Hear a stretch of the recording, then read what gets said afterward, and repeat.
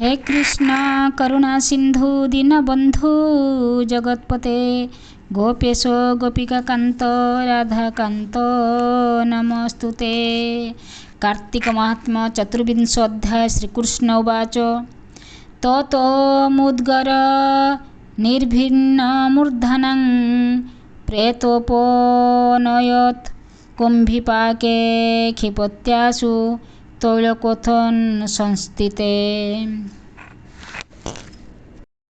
कहन्ति प्रभु आदिमूल सुजन जन संगे मेल शुण सुजने एक चिते विप्रकु धरि जमदूते गर्जन्ति अति कोप भरे लोहमुद्गर धरि करे कंटक शिलारे बसाई मुंडरे पिटंती निठाई शरीरे जेते अछि दंडा माड़रे सबु कले गुंडा अस्थि शोणित मांस मिशी कुराल माटी प्राय दिशी कुंतमुनरे धरि तोली तले जे द्रोणी चुली जाली अनल तेजरे चिकण फुटई जेने अग्निबाण धनेश्वर विप्रकु नेई से तेल द्रोणी रे पकाई ब्राह्मण पड़ी अग्निकुंडे तक्षणे धरी अन्य पिंडे अपूर्व रूप दिव्य शोभा तैलकुंडरे हेले उभा अनल तेज आउ नाही प्रेत गणे ताहु चाही कहिले जंतुपति आगे आश्चर्य कथा शुण बेगे मंत्री सहिते जंतुपति मिलिले विप्रदंड कति यही समय मुनिवर नारद ब्रह्मांक कुमार जमछामुरे परवेश देखिन मई सूर्य शिष्य कल्याण करी मुनिवर बोलती एकी कर्म तोर एड़े अज्ञान तोर पिंड विष्णु भक्त को देउ दंड शुण राजन कहु तोते ए विप्र साधुंक संगते मासे रहिला एक मेले कार्तिक कृत्य जेउ स्थले से व्रत महिमाए मंत जे करे ता पुण्यते मंत तांक संगते एक दिने जदि मिलंती पापी जने तार कलुष जेते थाई दर्शन मात्रे क्षय जाई एथर शुण उपलक्षे शुष्क काष्ठकु अग्नि शोषे ए जे संगे ओदा काष्ठ मिशी सेकिनु होई तहि ध्वंसी एमंत साधु सांग गुण हे दंड धर एबे शुण एड़े अज्ञान तर पिंड विष्णु भक्त को देउ दंड ए विप्र मासे परिजन्ते कार्तिक व्रतीଙ୍କ संगते संपूर्ण मासे थिला रही ଏହା ଶରୀରେ ପାପ ନାହିଁ ଏହାକୁ ବହିଲେ କଷଣ ତୋର ବିପତ୍ତି ନିଜେ ଜାଣ ଏମନ୍ତ ବିଚାରୁ କି ମନେ ଏ ପୁଣ ଥିବ ସବୁଦିନେ ଏହି କରଣ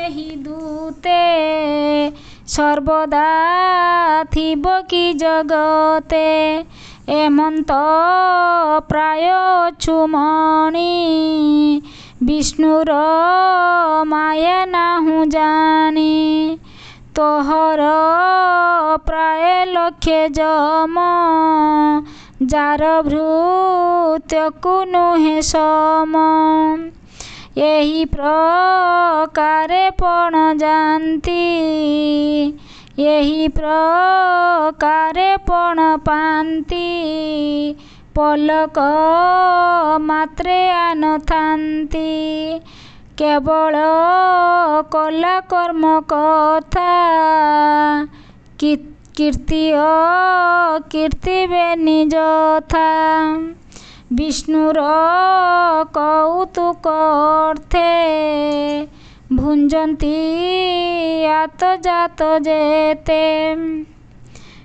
ବିଷ୍ଣୁର କୌତୁକ ଅର୍ଥେ ଭୁଞ୍ଜନ୍ତି ଆତଜାତ ପଥେ ଏହା ନ ଜାଣି ମୂର୍ଖ ପଣେ ପ୍ରାଣୀ କି ଦଣ୍ଡ କାରଣେ ଅଳପ ଅଧିକାର ପାଇ ଅର୍ଥ ମଦରେ ମର୍ତ୍ତ ହୋଇ ପ୍ରାଣୀଙ୍କ ଦୋଷ ନ ବିଚାରି ରାଜସ ଗୁଣ ମନେ ଧରି ଯେତେ ଗଞ୍ଜଇ ପ୍ରଭୁ ପଣେ ଆପେ ଭୁଞ୍ଜଇ ସତଗୁଣେ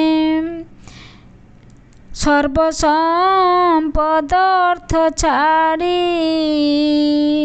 ଦେହ ଅନ୍ତରେ ନର୍କେ ପଡ଼ି ବହୁତ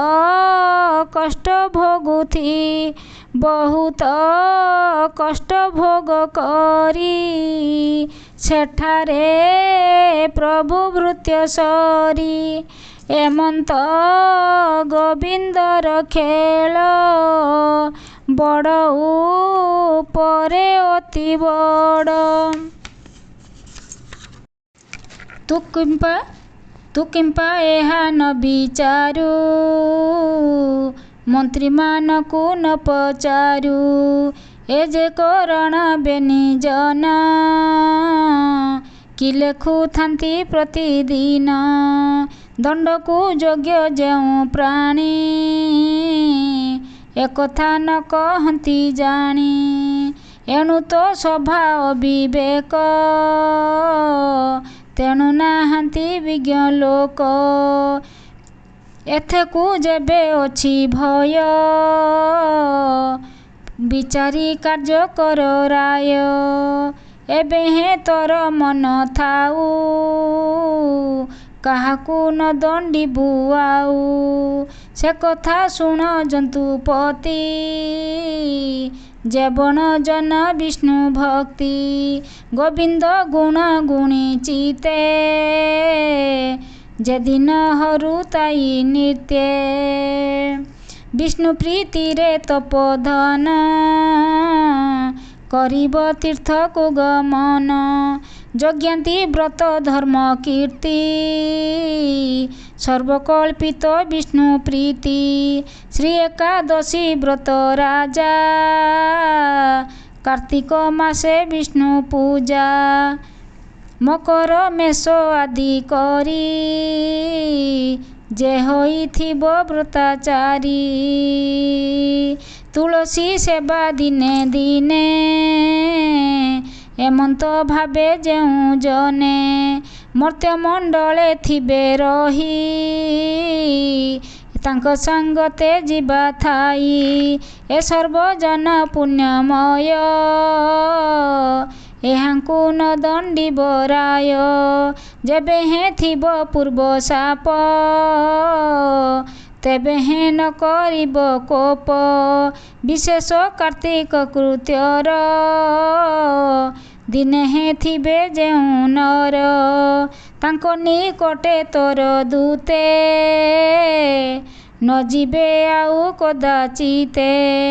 ଏବେ ଯେ ବ୍ରହ୍ମାଙ୍କୁ ଆଣଇ ପ୍ରଭୃତି କହି ଦଣ୍ଡ ପାଣି ଏମନ୍ତ କହି ଯମ ଆଗେ ମୁନି ରଚିଲେ ମୁନି ମାର୍ଗେ। ଆଶ୍ଚର୍ଯ୍ୟ ହୋଇ ଜନ୍ତୁପତି ଦୂତକୁ ଚାହିଁ କହୁଛନ୍ତି ବିପ୍ରଙ୍କୁ ଆଣି ମୋର ପାଶ ନ ବୁଝି ଦ୍ରୋହ କର୍ମ କଲି। ଏବେ କରିବା ତାକୁ ବୋଧ ଯେଣେ ଛାଡ଼ିବ ବିପ୍ର କ୍ରୋଧ।